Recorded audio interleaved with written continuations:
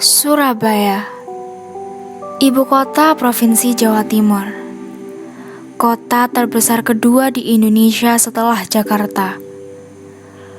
Kota yang terletak 800 km sebelah timur Jakarta dan 435 km sebelah barat Laut Bali.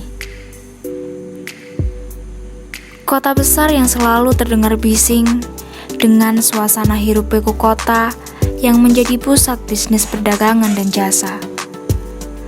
Namun di tengah itu semua, masih terdapat potensi pertanian yang tidak bisa diabaikan begitu saja. Potensi pertanian yang lebih dikenal dengan sebutan urban farming, dengan sektor komoditas unggulan yaitu florikultura.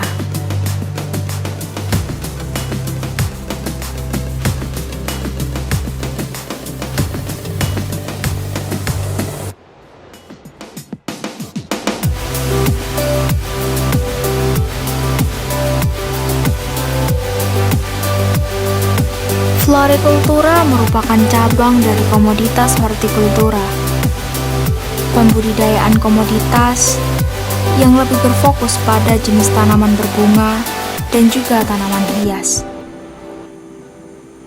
Tanaman hias merupakan tanaman yang memiliki nilai keindahan dan juga daya tarik tertentu. Di samping itu, juga memiliki nilai ekonomis untuk keperluan hiasan di dalam dan juga di luar ruangan. Karena mengandung arti ekonomi, tanaman hias pun dapat diusahakan menjadi suatu bisnis yang menjanjikan keuntungan besar, dan kebutuhan akan tanaman hias memang merupakan kebutuhan sekunder, namun telah memasyarakat. Tanaman ini dibutuhkan masyarakat golongan bawah sampai dengan golongan atas, meskipun memiliki tujuan pemakaian yang berbeda-beda. Banyaknya konsumen yang membutuhkan tanaman hias memberikan prospek yang baik bagi masa depan bisnis tanaman hias atau florikultura. Apalagi dunia tanaman hias tidak terbatas hanya pada tanaman hias yang hidup di dalam pot, namun juga meliputi bunga potong, kaktus, bonsai, tanaman hidroponik, dan juga bunga tabur. Selain itu, ditunjang pula dengan keberadaan Indonesia sebagai negara tropis, yang mana iklim di Indonesia sebenarnya mampu memberikan kemudahan bagi tanaman hias untuk dapat bertumbuh dengan baik. Di samping itu, ragamnya pun begitu banyak dijumpai di seluruh Indonesia, khususnya di kota Surabaya.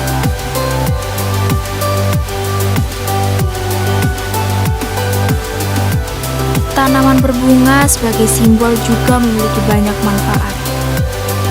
Hijaunya tanaman di dalam ruangan kerja di perkantoran dapat menghilangkan kejenuhan rutinitas kerja, melembutkan pandangan pada material kertas di sekeliling tempat kerja, dan juga dapat memperbaiki sirkulasi udara.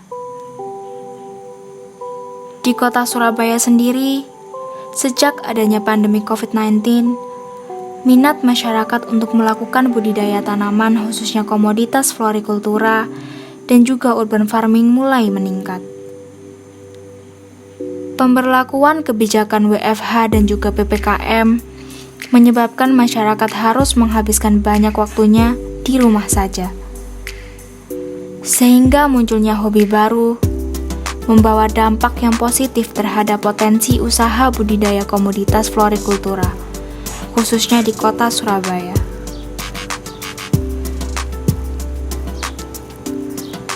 Namun, di samping adanya potensi tersembunyi pada komoditas ini, pun terdapat beberapa kendala dan juga permasalahan yang harus segera ditangani. Permasalahan tersebut antara lain kelembagaan usaha yang belum optimal.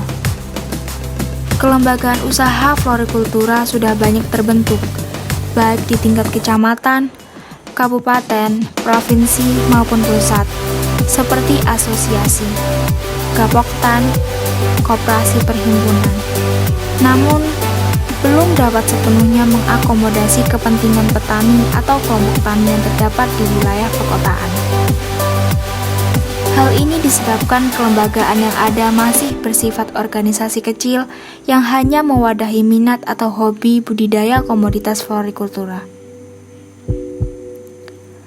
Belum sepenuhnya diarahkan untuk bisnis dengan memanfaatkan peluang dan juga potensi sumber daya genetik dan sumber daya manusia yang ada, melalui pemanfaatan aksesibilitas terhadap informasi teknologi, permodalan, dan juga pasar.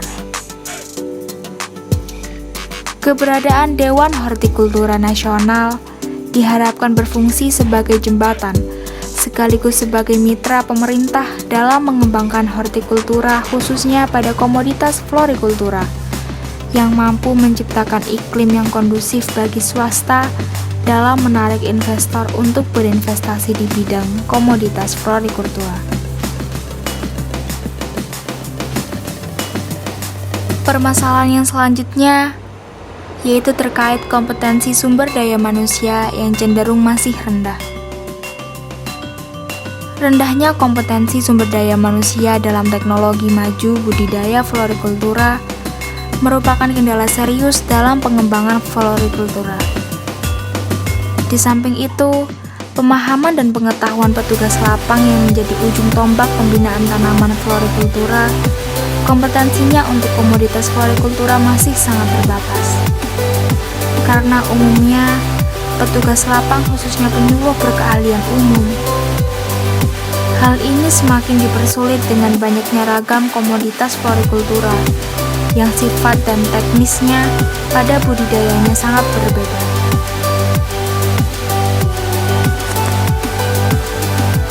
Dari beberapa permasalahan dan juga kendala yang ada, maka langkah-langkah tindakan yang strategis dalam mengembangkan kelembagaan petani dan juga pengembangan sumber daya manusia yang dapat dilakukan pada sektor komoditas florikultura antara lain. Yang pertama yaitu peningkatan dukungan penyuluhan pertanian, yaitu dengan meningkatkan kompetensi penyuluh dalam memfasilitasi petani, meliputi penguasaan materi, kemampuan berkomunikasi, sikap terhadap sasaran, serta adanya komitmen terhadap profesi. Penggunaan pendekatan penyuluhan yang tepat sesuai dengan karakteristik halayak sasaran juga perlu dipertimbangkan, yaitu dengan meliputi kesesuaian informasi, ketepatan metode, penggunaan berbagai teknik penyuluhan, dan juga penggunaan media dalam penyuluhan. Selanjutnya yaitu terkait penguatan kelembagaan penyuluhan pertanian, yaitu dengan meliputi ketersediaan program penyuluhan, kemudahan akses, dukungan fasilitas yang diperlukan, beserta pelaksanaan program. Solusi yang kedua yaitu peningkatan peran dari pihak luar, yaitu dengan memfasilitasi adanya dukungan kepemimpinan lokal, menjembatani peran pihak luar yaitu pemerintah, swasta, dan juga kelembagaan lain. Solusi selanjutnya dengan nomor urut 3 yaitu bergabung dan juga membentuk kelompok tani atau kelompok budidaya pada komoditas florikultura ini, khususnya yaitu di kota Surabaya. Yang selanjutnya yaitu terkait peningkatan kapasitas petani yang akan dilakukan melalui peningkatan pendidikan baik formal maupun non-formal bagi petani yang mendukung bidang usaha atau agribisnis. Kemudian memfasilitasi dalam berbagai kegiatan agribisnis, mendorong kemampuan berusaha untuk meningkatkan pendapatan, memfasilitasi penyediaan sarana kegiatan agribisnis bagi petani, dan juga menyediakan sumber-sumber belajar termasuk informasi yang diperlukan oleh petani.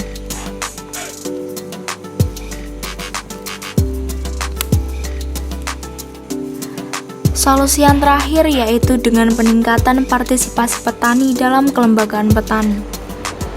Partisipasi anggota dalam kelembagaan dimaknai sebagai pilihan anggota komunitas secara aktif untuk berperan mengaktualisasikan diri dalam usaha memperbaiki kualitas hidup di kota.